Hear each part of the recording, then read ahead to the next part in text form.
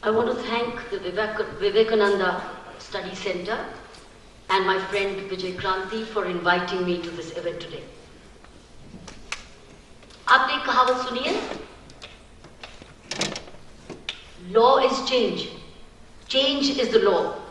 Growth is optional. Choose wisely. Change जब आपने एक शब्द ये सब्जेक्ट में दिया तो मैं बहुत साल पहले एक स्कूल के बाद लिखा था कि change is the law. Change तो होना है, चाहे इंप्रूवमेंट में हो चाहे वो कमजोरी में हो. चेंज तो वो, यही तो भगवान बुद्ध कह गए कि चेंज जो एक्सेप्ट करेगा कि जीवन है ही चेंज, वह सुखी रहेगा. लेकिन अगर वो किसी चीज से चिपका रहेगा वो दुखी रहेगा. Change is the law. सवाल उठता है ग्रोथ इज ऑप्शनल. सो किसको चूज करना है? We got to choose very wisely. मेरा किसी चीज पर इशारा नहीं है, मैं सिर्फ ये कह रही हूं कि ये जिंदगी के निर्णय पर भी डिपेंड करता है. मैं अपने एक्सपर्टीज में रहूंगी जिसके बारे में मुझे पूरा अपने पर कॉन्फिडेंस है. तो मेरे पास एक ब्लूप्रिंट है ऑन द पुलिस प्लान. एक ब्लूप्रिंट है कि अगर दिल्ली मैंने देखा है, दिल्ली पुलिस, दिल्ली शहर जितनी तरीके से सक्षम है, how well resourced Delhi police is, no other metropolitan city is. It's even better than Bombay. It is almost meeting the United Nations equation of people with the number of policemen. So मेरे पास quickly blueprint है. मुझे 20 minute मिले हैं और इसके बाद मुझे द्वारका में नेशनल लॉ यूनिवर्सिटी में जाना है. विजय क्रांति को मैं मना नहीं कर सकी जब उन्होंने मुझे इनवाइट किया. ये मुझे बहुत साल पहले मिले थे और दलाई लामा की वजह से मिले थे. तब से हमारा एक अनोखा, एक पवित्र दोस्ती का रिश्ता है. तो इसलिए मैं अपने 20 मिनट लेकर मुझे आपसे इजाजत लेनी होगी. मेरे पास एक ब्लूप्रिंट 6P फॉर्मूला है जो मैं निर्भय या दामिनी के केस से कह रही हूं कि एक P से काम नहीं चलेगा. एक P मतलब पुलिस. अगर आप चाहो कि महिलाओं के खिलाफ क्राइम्स अगेंस्ट वुमेन भी रुक जाएं और दिल्ली में हमें सुरक्षा अच्छी मिले, तो एक P से काम नहीं चलेगा. हम तक पुलिस तब करते रहे. तो मैं उस वक्त बड़ी परेशान रही और मैं बहुत सारे टेलीविजन चैनल्स पर आकर बार बार बोलती गई कि किस एक ही P को क्यों बोल रहे हो? इसमें एक P नहीं है, 6P है. आओ मैं आपको 6P का थोड़ा उदाहरण दे दूं और फिर मैं आपके बीच में विजय के पास छोड़ जाऊंगी अपना right up of 6P formula. आप उसकी एक कॉपी ले जा सकेंगे जो मैं लिखा हुआ था, ये आर्टिकल जो आपके लिए. 6P में पहली P क्या है? पहली P है हम लोग, वी द पीपल. हम पीपल में क्राइम प्रिवेंशन में बहुत इंपॉर्टेंट रोल है. जैसे कि पेरेंट्स, अगर पेरेंट लड़की को एक तरीके से बड़ा करे और लड़के को एक तरीके से बड़ा करे, तो आप सोचें कि लड़का बहुत लड़की जैसे शरीफ बनेगा तो वो गलत फहमी में मत रहिए. पहला स्कूल हर लड़के का है, उसके माँ बाप. सो पहली P है पीपल. पीपल में क्या क्या आता है? पेरेंट्स, प्रिंसिपल्स जो कि स्कूल में असेंबलीज में क्या शिक्षा देते हैं लड़की और लड़कों को. सो ये पहली P प्रिवेंशन है, क्राइम की प्रिवेंशन. तो ये मेरा जो प्लान मैं आपको दे रही हूँ, ये इवन करंट व्यवस्था में भी बन सकता है. हम लोग कहते हैं हमको और पावर्स चाहिए, स्टेट पुलिस इधर आ जानी चाहिए, ये होना चाहिए. मैं अभी even in the current situation कैसे इंप्रूव कर सकती है, मैं उसमें विश्वास करती हूँ. पहले आओ जो है उसको सदुपयोग करें और उसके बाद समझे कि हमें और क्या चाहिए. सो पहली P पीपल. पीपल में है रेजिडेंट वेलफेयर एसोसिएशंस, गांव के प्रधान, तमाम NGOs, तमाम स्कूल के प्रिंसिपल्स और PTA, हमारी स्टूडेंट यूनियंस, हमारी वुमेन्स बॉडीज. ये पीपल में आता है जिसमें मैंने आपको जिक्र किया पेरेंट्स का बड़ा इंपॉर्टेंट रोल है. जब तक ये P, ये सभी लोग जिम्मेवारी अपनी अपनी नहीं लेंगे तो आप एक ही P पर छोड़ेंगे तो वो सफल नहीं हो सकती. इसलिए आगे मैं आऊंगी कि इसको हम लोग जोड़ें कैसे और इसको इस्तेमाल भी कैसे करें. दूसरी P है पॉलिटिशियन. पॉलिटिशियन अगर कोई और करप्शन में जाए, पॉलिटिशियन कानून ना हमें दे, पॉलिटिशियन टाउन हॉल मीटिंग्स ना करे, पॉलिटिशियन अपनी लोगों के साथ सही रोल मॉडलिंग नहीं करे, तो वो क्राइम बढ़ता है. अगर पॉलिटिशियन भी क्राइम में हिस्सा ले तो वो कैसे लीड करेगा. सो पॉलिटिशियन का बड़ा इंपॉर्टेंट रोल है क्राइम प्रिवेंशन. सो पॉलिटिशियन के टाउन हॉल्स होना, जो कि नहीं लेते, टाउन हॉल लेते हैं तो बड़ी सभा लेते हैं जो इनसे बात ही नहीं कर सकते। टाउन हॉल मीटिंग ये टाउन हॉल मीटिंग जहां हम लोग इस तरीके से मिल रहे हैं, ये रेगुलर फोरम होना चाहिए हर इलेक्टेड रिप्रेजेंटेटिव का। उसका काम है लॉज को रिव्यू करना, आउटडेटेड लॉज को असेस कराना कि कौन सा कानून हमने बनाया था वो कहाँ टूटा फूटा है, उसको ठीक कैसे करें, और उसको फीडबैक लेना। ये है दूसरी पी, कॉल द पॉलिटिशियन। तीसरी पी है पुलिस। तीसरी पी है पुलिस। इससे पहले 2 पी आ चुकी, हम लोग एक ही पी पे, तीसरी पी पे रुके रहते हैं और उसी को फिर चाबुक से मारते रहते हैं, और वो भी फिर थक के कहती जो करना कर लो, मैं भी हो रही हूँ, तुम भी यही हो, जो करना कर लो। सो वो जो करना करने की सिचुएशन है, वो पी क्या है? वो पी जो है वो बहुत समझदारी की ये है कि एक हमारे दिल्ली में पब्लिक को एक डिमांड करना चाहिए कि अगर हमारे देश इस स्टेट में कोई हमारे 150 थाने, हर एक थाने में 15 से 20 बीट्स है, उसको हर थाने में बीट्स बटा दो, तो तकरीबन हमें जितनी भी बीट्स हैं इसके ऊपर अगर हम थोड़े से सिपाही कायदे से बीट सिस्टम पर लगा दें और उन्हीं को ट्रेन करें और सिलेक्ट करके लगाएं हर साल नए ग्रेजुएट, मास्टर्स जो एमए करके आए, ग्रेजुएट आए, मूल्यवान आए, मूल्यों की ओथ लेके बीट सिस्टम लगा दे, साथियों मैं आज गारंटी करती हूँ जितना क्राइम होता है फुल रिपोर्टिंग भी होगी ना, 1/4 क्राइम होगा अगर हम बीट सिस्टम को लागू करें। इसके लिए हमको सिर्फ अपने ये बीट सिस्टम में चुने हुए लड़के, पढ़े लिखे लड़के और लड़कियों को लगाना चाहिए। इतनी अच्छी लड़कियां आती हैं आजकल पढ़ी लिखी, हम उनको बीट संभाल के दें तो हमारा हर बीट सिस्टम, हर थाने में इनकी जिम्मेवारी होगी, इस जिले में क्राइम नहीं होगा। इनकी जिम्मेवारी होगी जानना कि इस जिले में कौन अपराधी रहता है, क्या वो सुधार के लाइन पे है कि नहीं। तो हमारा जो बीट सिस्टम है ये बड़ा एक बुनियादी, साथियों जो भी मुझे मिला अपनी पुलिसिंग में, जो भी श्रेय मिला, जो मुझे 2 डिस्ट्रिक्ट दिल्ली पुलिस में मिली थी, एक थी वेस्ट दिल्ली और एक थी नॉर्थ दिल्ली, वो सारी बीट सिस्टम के आधारित थी। जो मेरी उम्र के कंपैट्रियट्स यहाँ बैठे हैं, अगर वो वेस्ट या नॉर्थ में रहते थे वो इस चीज का दावा करेंगे कि किस तरीके से हमारा एक हर बीट ऑफिसर रोज 5-5 लोगों को जाके रोज मिलता था। तो अगर मेरे पास 116 बीट थी एक जिले में तो 116 × 5 लोगों को मिलता था। मैं आपकी क्या मदद, this was in 1980, it was in 1986। Beat system को जैसे एक और शब्द बोलते हैं कम्युनिटी पुलिसिंग, ये जुड़ते हैं आपस में, ये बीट सिस्टम बहुत जरूरी है। बीट सिस्टम का मैंने आपको बताया। दूसरा, उसके बाद टेक्नोलॉजी का यूज। हम अभी टेक्नोलॉजी का यूज नहीं कर रहे। जैसे मैं इस सब्जेक्ट के लिए और रिसर्च कर रही थी, अपने आप को अपडेट करना, मैंने पता किया तो ट्रैफिक पुलिस जो हमारे लिए सबसे अहम बन चुकी है इस वक्त, ट्रैफिक को जब तक हम अंडर कैमरा वॉच नहीं लाएंगे, आप अमीर और पावरफुल को सीधा नहीं कर सकेंगे, क्योंकि वह सबूत मांगेगा। वो कहेगा मैं तो चला ही नहीं रहा था गाड़ी तो ड्राइवर था, यहाँ गाड़ी थी नहीं, गाड़ी तो वर्कशॉप में थी। लेकिन कैमरा उसको जब पकड़ेगी और उसको कहेगी ये है आपकी फोटो, आप चला रहे थे, ये स्पीड में चला रहे थे, आपने ये गलती की, आप यहाँ जेल जाओगे या फाइन दोगे। जब तक दिल्ली में हम टेक्नोलॉजी का प्रोग्राम नहीं करेंगे, जो मेरे नॉलेज में है कि अभी ऐसा एक भी कायदे का कैमरा दिल्ली पुलिस में ट्रैफिक पर नहीं है। कायदे का कह रही हूँ, छोटे मोटे लगाए हुए हैं तो अलग बात है, लेकिन कायदे का जो कि दूसरे देशों में बन चुका है वो नहीं है। सो एक तो है बीट सिस्टम, दूसरा है यूज ऑफ टेक्नोलॉजी, तीसरा है टेक्नोलॉजिकल प्लान। सो इसलिए बीट सिस्टम का मैंने आपको समझाया, इन्वेस्टिगेशन की तकरीब, ट्रेनिंग के प्रोग्राम, ये हर चीज एक स्ट्रैटेजी मांगती। कांस्टेंट फीडबैक, टेक्नोलॉजी का यूज थ्रू खुल जाए बीट पुलिस कमिश्नर की ईमेल कि मुझे कोई भी चिट्ठी लिखो, ये मेरे लिए फीडबैक होगा। So police commissioner should welcome on the computer feedback कि आप हमारे जिले में ये हो रहा है।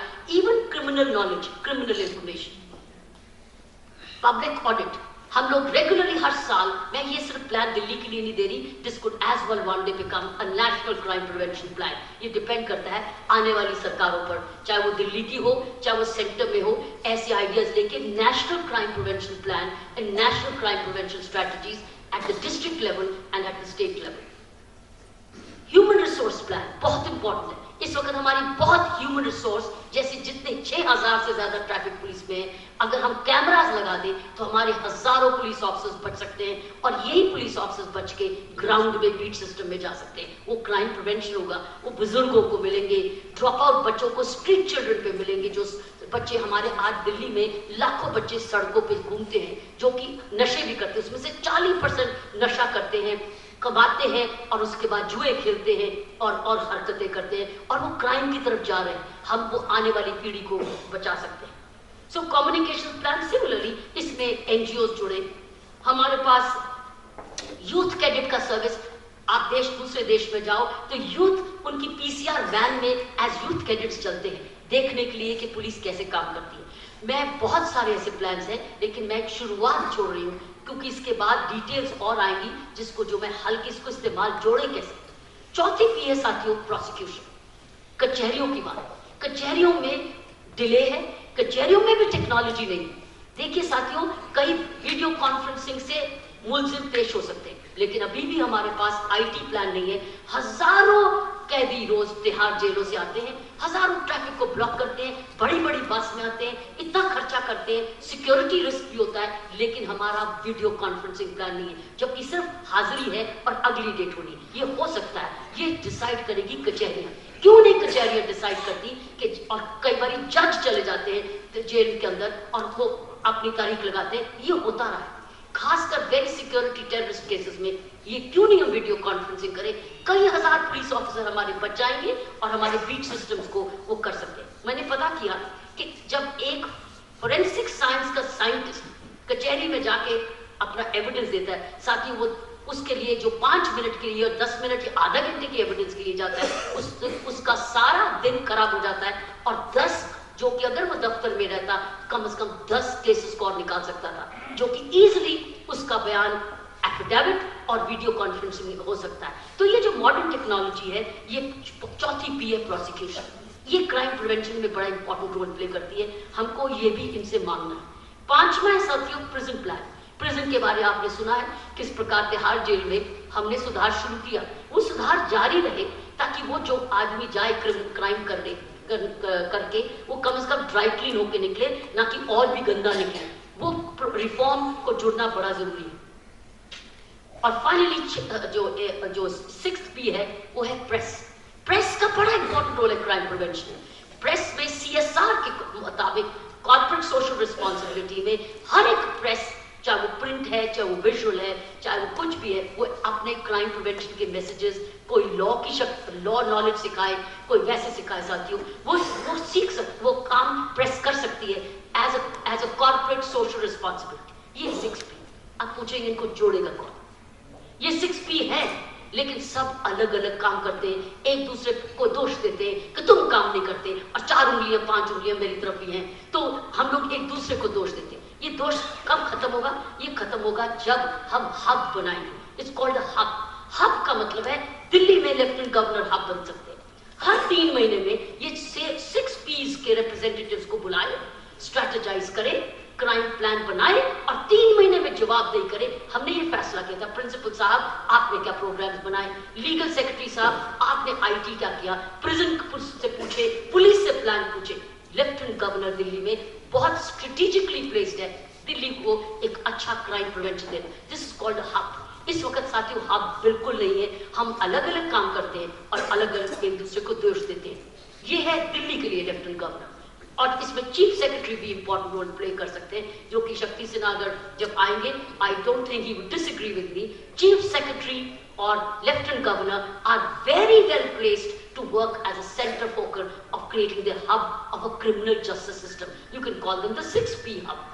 दूसरे स्टेट्स में चीफ सेक्रेटरीज और चीफ मिनिस्टर्स या होम सेक्रेटरीज कर सकते हैं। गवर्नमेंट ऑफ इंडिया में होम सेक्रेटरी या होम मिनिस्टर कर सकते हैं। जब तक ये हब नहीं बनाएंगे, आपका हमारा काम नहीं बनेगा। साथियों, ये रहा मेरा पुलिस का स्ट्रेटेजिक प्लान। मैंने सारे आइडियाज नहीं दिए, मैं एक आइडियाज की सिर्फ शुरुआत करने के लिए यहाँ आई थी कि जो हमारे पास है, कहीं स्टेट में भी है, स्टेट किसी शहर में भी है, अगर हम ऐसे शुरू करें। सिविल डिफेंस का बड़ा इंपॉर्टेंट रोल है बीट सिस्टम में। दिल्ली में पता ही नहीं कि सिविल डिफेंस कहाँ हो गई। मैंने खुद सिविल डिफेंस बहुत सारे यंग लड़के और लड़कियों को ट्रेन किया था, वो गायब भी हो गए, जबकि ये बीट सिस्टम और सिविल डिफेंस जुड़ सकता है। फाइनली अब अब मैं दूसरा चरण पे आई हूँ, शॉर्ट चरण अपनी स्पीच का। वो है कुछ गुड प्रैक्टिसेस जो कि हर सरकार चला सकती है, चाहे वो दिल्ली की सरकार हो, दिल्ली प्रशासन हो या कहीं भी हो। अगर ये 5 गुड प्रैक्टिसेस को फॉलो करें प्रशासन में, अब ये पुलिस से हट के है, तो चेंज बहुत जल्दी प्रशासन में लाई जा सकती है। पॉलिटिकल चेंज जो भी हो कोई फर्क नहीं पड़ेगा, लेकिन अगर प्रशासन जिसमें IAS, IPS और सेंट्रल सेक्रेटेरिएट के ऑफिसर्स काम करें, तो मैं कहती हूँ पॉलिटिक्स कैसा भी हो तो भी सरकार बहुत अच्छी चल सकती है। वो है 4-5 मंत्र। पहला मंत्र साथियों ये है, सारे अफसर घर से ऑफिस फील्ड में जाएं। पहले दफ्तर नहीं जाएं, फील्ड में जाएं। एजुकेशन सेक्रेटरी है तो स्कूल में जाए, हेल्थ सेक्रेटरी है तो किसी अस्पताल में जाए, और अगर होम सेक्रेटरी है तो किसी थाने में जाए। हर व्यक्ति PWD का है तो किसी सड़क में जाए, कॉर्पोरेशन का है तो किसी और जगह जाए। पहले घर से दफ्तर नहीं आना, पहले जाना है अपने फील्ड में। आम व्यक्ति को जब मिलोगे, उनको देखोगे कूड़ा कचरा पड़ा है, आपका सड़क टूटी हुई है, वहां बिजली की तारें लटकी हुई है, आप थाने में किसी जगह सरप्राइज जाएंगे, आप देखेंगे साथियों चमत्कार होगा। अगर हर अफसर सीधा घर से ऑफिस ना जाए, सीधा घर से किसी जगह जाए अपने काम की, अस्पताल साफ मिलेंगे, स्कूलों में टीचर्स मिलेंगे, आप देखेंगे बहुत ज्यादा फर्क पड़ेगा। अब मुझे बताइए इसमें कौन रोकता है? कौन रोकता है? सिर्फ रूल ये होगा कि सुबह के टाइम पर कोई मीटिंग्स नहीं रखेंगे।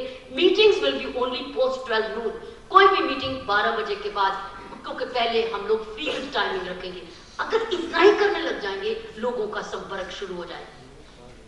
तीसरी बात, ये मैंने 2 चीजें बताई, start your day from the field and not from the office. Second, no meetings in the forenoon. Third, public transport. हम जैसे लोग, शक्ति सिन्हा जैसे लोग, मेरे जैसे लोग, हमें अनिवार्य होना चाहिए कि हफ्ते में कम से कम 2 या 3 बारी पब्लिक ट्रांसपोर्ट को आप यूज करोगे, सरकारी गाड़ी को नहीं यूज करोगे। इसका मतलब आप बस में जाओगे, आप मेट्रो में जाओगे, आपको पता चल जाएगा कि उसकी सिचुएशन का हाल चाल क्या है, सड़क में ट्रैफिक का क्या हाल है, लोगों को असुविधा क्या है, ये अनिवार्य हो। अब मुझे बताइए, इसके लिए कोई पॉलिटिकल दखलंदाजी की जरूरत नहीं है, हम लोग खुद एज अ ब्यूरोक्रेसी कर सकते हैं, एज अ प्रशासन। इसके लिए कोई पैसा नहीं चाहिए, इसलिए कोई भी और नया कोई कानून नहीं चाहिए। चौथी बात, ये बड़ा एक अजीब सा सजेशन है, लेकिन मेरे मन में तब से बात आता था। जब भी मैं सड़क पे जाती हूँ, वो किन्नर जो होते हैं, किन्नर वो मेरे से भीख मांगते हैं, और किन्नर मैं देखती हूँ मेरे से भी ऊंचे लंबे और ताकतवर है। मैं सोचती हूँ इनको हम वेस्ट क्यों कर रहे हैं, किन्नर को वेस्ट क्यों करते हैं? जितने भी किन्नर हैं, इनको हम लोग सिविल डिफेंस की ट्रेनिंग दें और इनको राष्ट्र की बसेस में खास करना है। हम किन्नर्स को वेस्ट करते हैं, भिखारी बना रहे हैं। ये किन्नर्स इजिली शान की बसेस की सिक्योरिटी की जिम्मेवारी ले सकते हैं। हम इनको सिविल डिफेंस की ट्रेनिंग दें, सिविल डिफेंस का यूनिफॉर्म पहनाएं और सिविल डिफेंस की बसेस, शाम की रात की बसेस को इनको ड्यूटीज दें। ये कोई भी खतरा नहीं है, ये इनको भी एक सेंस ऑफ रिस्पॉन्सिबिलिटी मिलेगी और हमारे पास इतने सारे लोग एकदम जुड़ जाएंगे। और फाइनली हमें सख्त जरूरत है इस वक्त ग्रीवेंस रिड्रेस। RTI तो आ चुका, अब हमें डिमांड करनी है ग्रीवेंस रिड्रेसल, सिटीजंस चार्टर, क्योंकि RTI से हमें इंफॉर्मेशन तो मिल रही है, लेकिन इंफॉर्मेशन लेके जाए कहां, सुनेगा कौन, जब तक हमें अधिकार नहीं होगा ग्रीवेंस रिड्रेसल सिस्टम में। और उसके बाद ये सिटीजन चार्टर, कई जगह सिटीजन चार्टर्स आ गए, ग्रीवेंस रिड्रेसल, ग्रीवेंस कमीशन बन चुकी, लेकिन वो इंडिपेंडेंट नहीं है। हमारे पास वो पेनल्टी नहीं है कि किसी अफसर ने मेरा काम नहीं किया तो उसकी सजा क्या है, उसकी तनख्वाह से जब तक पैसा नहीं कटेगा मुझे सर्विस साथियों नहीं मिलेगी। मैं सोचा ये गुड प्रैक्टिसेस अगर हम थोड़ी सी अपने, जो मैंने आपके सामने रखी है, कुछ स्ट्रेटेजिक दिल्ली के लिए प्लान बनाया है, हम एग्जिस्टिंग सिस्टम में भी कर सकते हैं, लेकिन आशा करते हैं कि ये जो सिस्टम है, आने वाली सरकार, जो भी सरकार हो, हमें ऐसी सरकार मिले जो इस चीज के लिए सेंसिटिव हो और उसके पास क्षमता भी हो काम करने की। अगर हमने खिचड़ी पका दी तो खिचड़ी से सरकार कुछ नहीं चलेगी। अब हमको कायदे से रोटी पकानी है, क्योंकि हमको रोटी खानी है। अगर हमने सिर्फ अपनी एक फ्लूइड सिस्टम को रखा तो फिर हम लोग उस फ्लूइडिटी में रहेंगे। I am all for strength and stability, I am always for stability and strength. आओ मिलके एक इस देश, इस शहर को भी और इस देश को भी ऐसी सरकार दे जो स्टेबल हो, जो क्षमता रखती हो, और ये ऐसी चीजों के लिए उसके पास दम हो करने के लिए, और इस विचारधारा के लिए भी हो, ओपन हो, सीखने के लिए भी तैयार हो, सुनने के लिए भी तैयार हो। मुझे पूरा विश्वास है कि हमारा देश जरूर बदलेगा। एक स्ट्रॉन्ग लीडरशिप, एक स्टेबल लीडरशिप, एक ऑनेस्ट इफेक्टिव लीडरशिप जो कि करप्शन को सजा दिला सके और खुद भी कभी करप्ट ना हो और वो जवाब दे रहे, ये हमारा राष्ट्र सपना है। ऐसी चेंज का